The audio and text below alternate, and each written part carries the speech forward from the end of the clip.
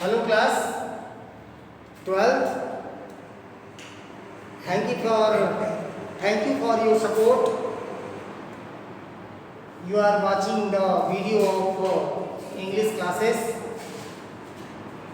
During my previous class, I have given you so many things regarding if the bell goes dry, regarding our environment, atmosphere, climate change, geographical conditions, many things are the factors affecting to our water system or ground level of the water. But now today I am going to explain you about the figures of speech.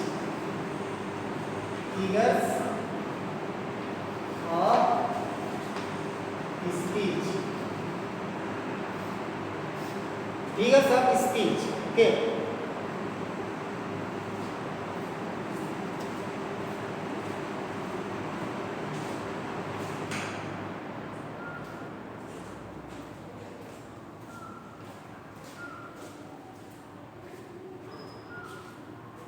In figures of speech, you will see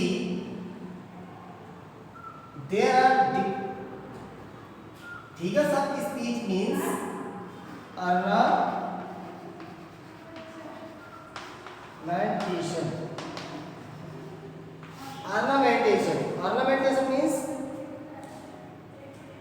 we have to make anything beautiful. If we have to make anything look beautiful, so what we do? We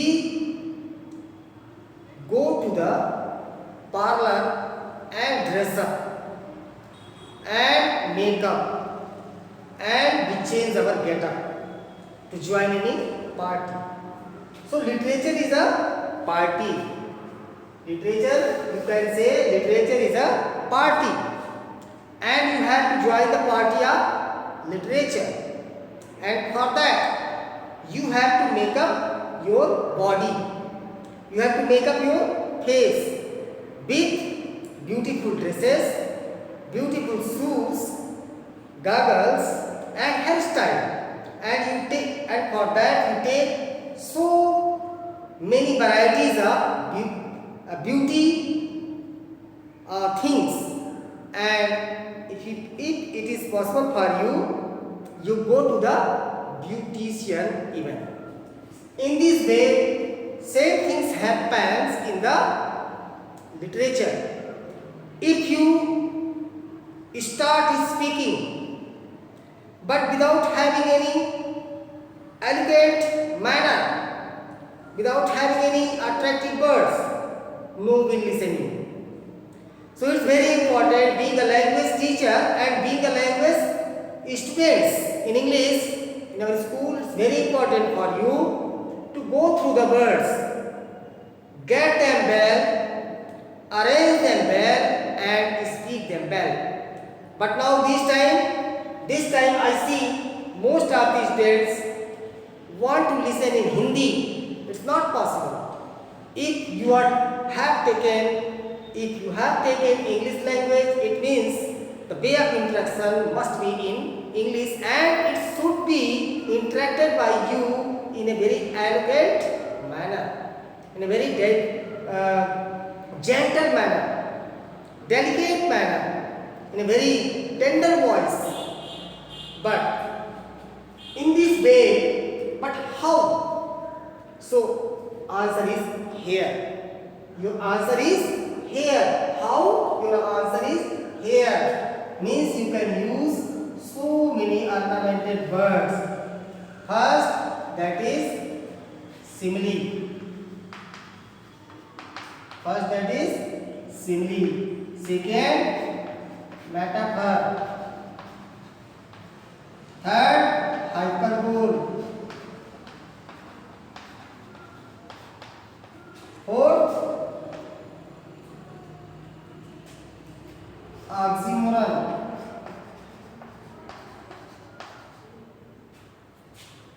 Fifth, repetition.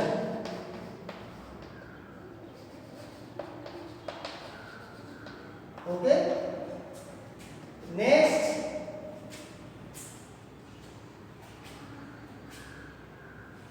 irony.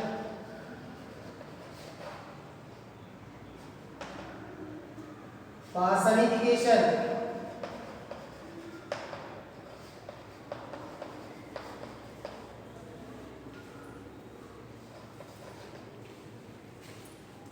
These are the part of figures of speech.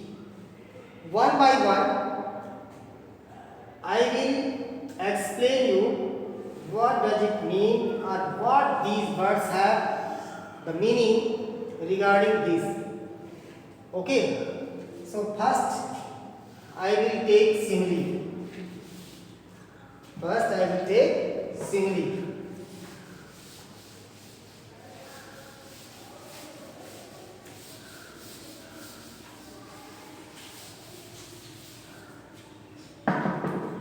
Simile means,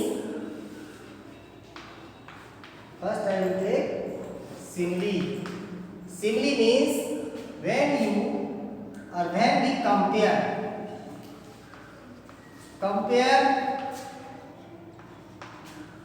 one thing to another thing directly. When you compare one thing to another thing directly is called the simile. But how will you compare it? It is the question. So you are like a baby. You are like a baby. Means directly you are compared with a baby. Directly you are compared with a baby. Means how you are? You are like a baby. Means your activity, means your age is not compared to the baby. Your activity, your manner, your behavior and your character is compared to a baby. The way in which you behave is compared to a baby. So this is called the simile. Means you are compared here directly to the baby.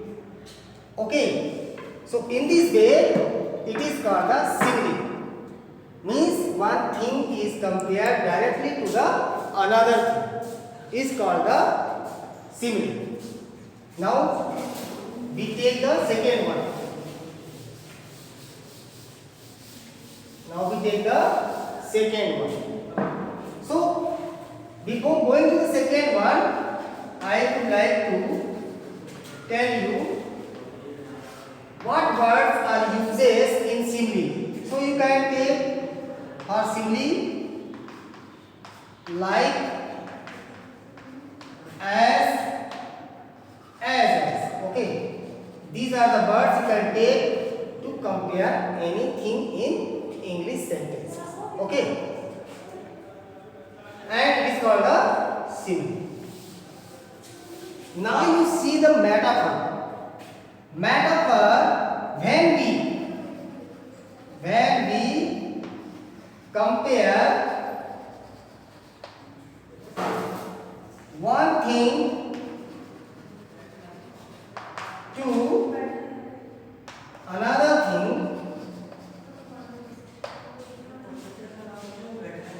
indirectly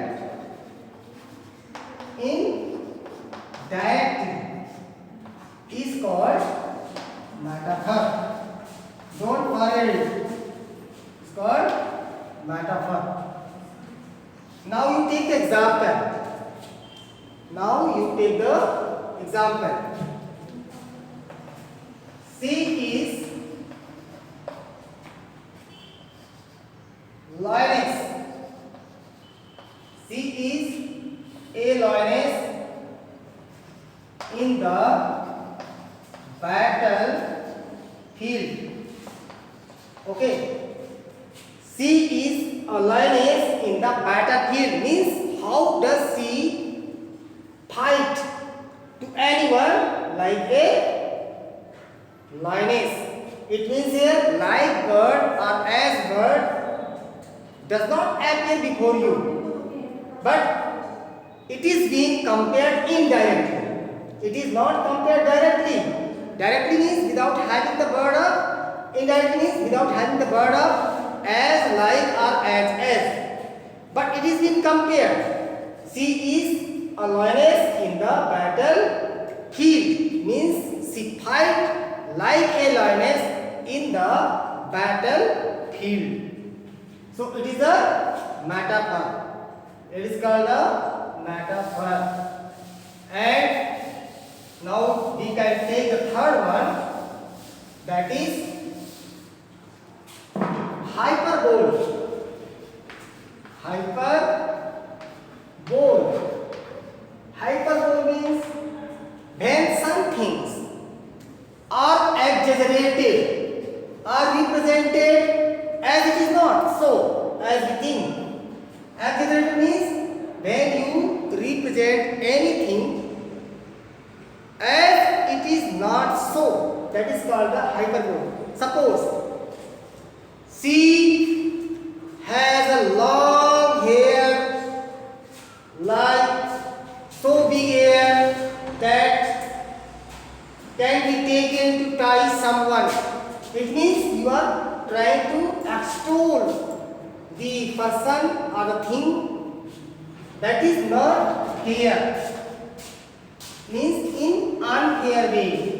When you extol, appreciate someone, when you appreciate, extol or praise someone in a highly deserved condition, but although he is not or the thing is not in such a dignified position, that is called the hyperbole. Suppose you are my God. You are my God. No one can take the place of God, but you exaggerated someone and made him your God. So in this way you are using hyperbole, means you are praising someone. Next one, that is personification. Personification. These figures of speech, what I say you, are very important. Personification. Okay. When any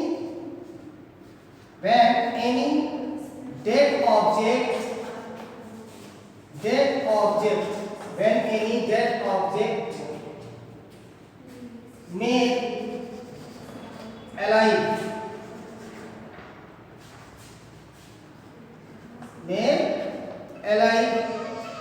or humanized is called personification. Is called personification. In 10th class there is a poem which is called Our Casuariana Tree.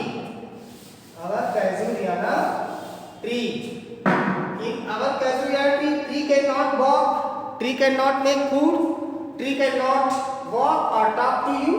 But however, the record pen of poetess is being recorded in the form of personification. So personification used for dead object to make them alive as they are behaving human being. And in this condition, when we use such things, is called personification. Okay, so how many figures of speech I explained you? 4. First, simile. Second, metaphor. Okay. third hyperbole, fourth I told you personification. Okay, and next I am going to tell you about oxymoron. Oxymoron means when two things stood against of each other. When two things stood against of each other is called oxymoron. Is called oxymoron. Okay, in this way oxymoron works. Okay, oxymoron. Example, I give you the example. Take example is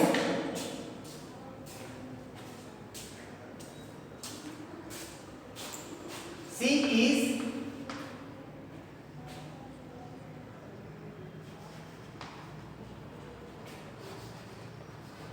happily sad. She is happily sad. So two things, two in opposite of each other. Happily, no one can be happy having been sad. So here happily sad means you accepted the character or the quality of things that she is happily sad. That is, both are the adjective and both is true against each other. Happily sad. So that's enough for the day. I think you will go through it. If possible, comment me and make some more examples of the figures of speech, because without having the knowledge of it, you cannot make your sentence or you build your sentence in a good manner. So have the knowledge of it and comment me. Thanks for the day. Have a nice day.